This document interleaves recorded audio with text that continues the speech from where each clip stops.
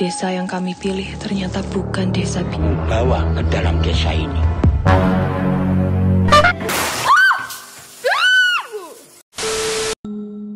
Halo guys, di video pertama JMS kali ini kita akan mereview film KKN di Desa Penari yang ceritanya sangat fenomenal karena tweet dari Twitter dengan akun yang bernama Simple Man. Daripada berlama-lama, langsung saja cekidot. This is Sparta! Where you get in, deliver. You have no idea what you're dealing with. We'll hold this card for What are you doing? Assalamualaikum.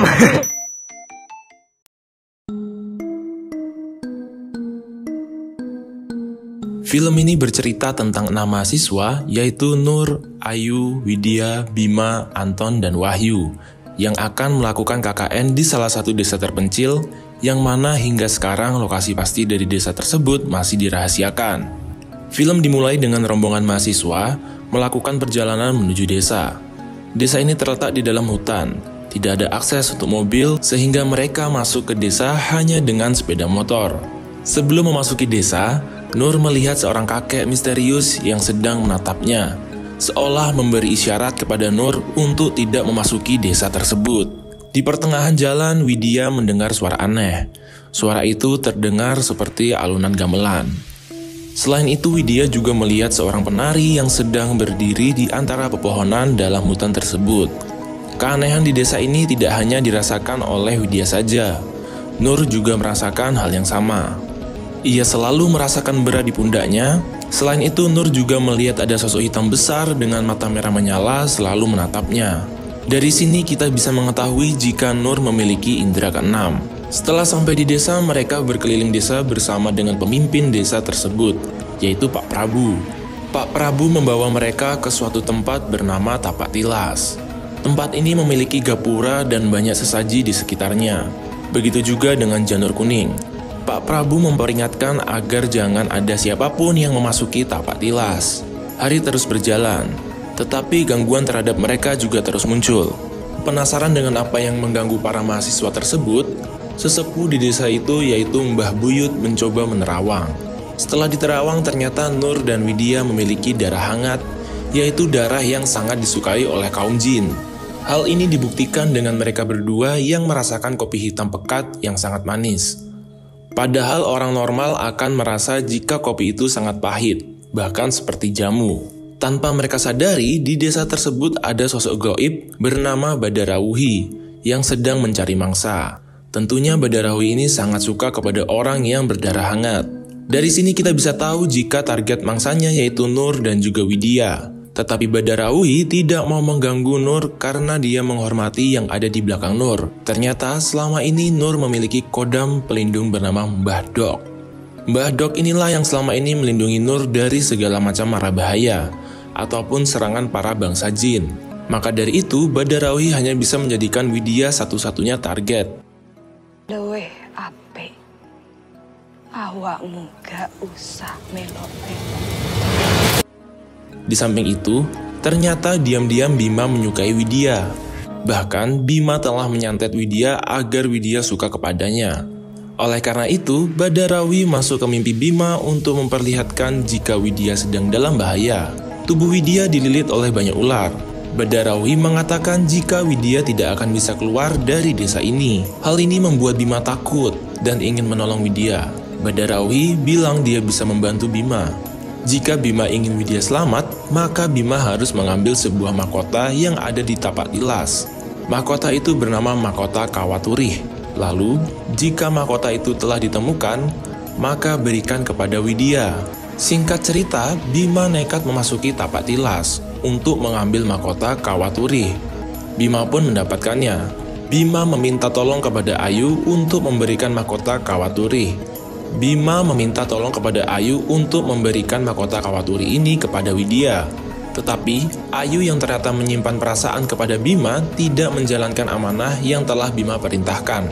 Ayu tidak memberikan mahkota itu kepada Widya, namun Ayu malah menyimpannya. Ayu beralasan jika mahkota Kawaturi itu hilang. Hal ini membuat Bima marah kecewa kepada Ayu. Tak lama dari itu, Ayu didatangi oleh Badarawuhi. Badarawuhi mengatakan kepada Ayu jika dia bisa membantu Ayu untuk membuat Bima jatuh hati kepadanya. Badarahui pun memberikan selendang hijau kepada Ayu. Selendang hijau ini bukanlah sembarang selendang. Selendang ini mampu memikat siapapun yang kita inginkan. Alhasil, Ayu pun memikat Bima dan mereka berdua masuk ke tapak tilas. Di dalam tapak tilas tersebut, Ayu dan Bima melakukan skidi papap. Namun, Bima tidak sadar saat adegan ini tengah berlangsung.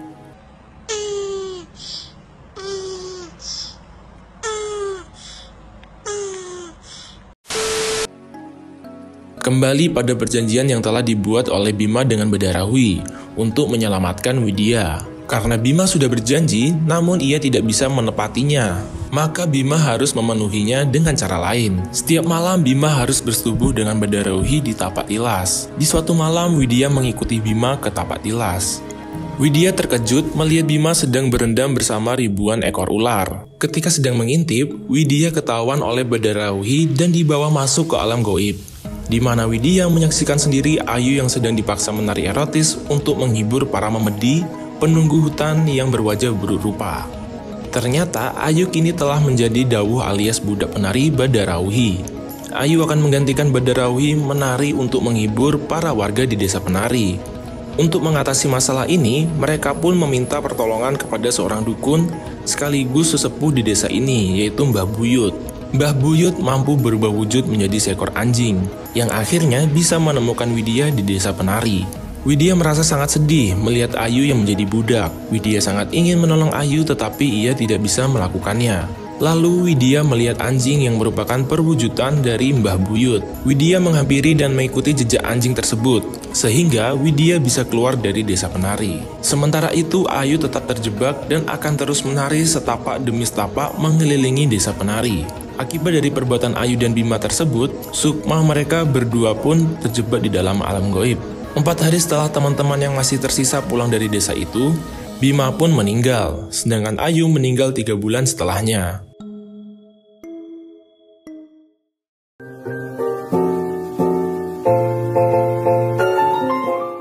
Film dengan genre horor yang diproduksi oleh MD Picture dan disutradarai oleh Awi Suryadi ini sukses dan saat ini telah menembus 6 juta penonton. Film horor KKN di Desa Penari memang terasa berbeda dengan kebanyakan film horor lainnya yang sering menampilkan visual hantu yang berdarah-darah. Film ini menyelipkan kengerian yang disusun secara terarah melalui background, jump scare, dan setting dari tempat dan suasana yang membuat penonton merasa seakan-akan terbawa ke dalam desa tersebut. Secara keseluruhan, setting film ini nggak nanggung-nanggung. Pergerakan kamera yang dinamis, sinematografinya mantap, dan akting para pemain yang sangat oke. Film ini sangat bagus dari sisi moralnya, karena memang tata krama harus selalu diterapkan seperti peribahasa, di mana tanah dipijak, disitulah langit dijunjung. Oke, itulah review film KKN di Desa Penari. Jangan lupa untuk menonton film aslinya yang masih tayang di bioskop. Apabila kalian punya pendapat tentang film ini, silahkan komen di bawah ya. Jangan lupa dukung terus channel ini. See you in the next time. Bye-bye.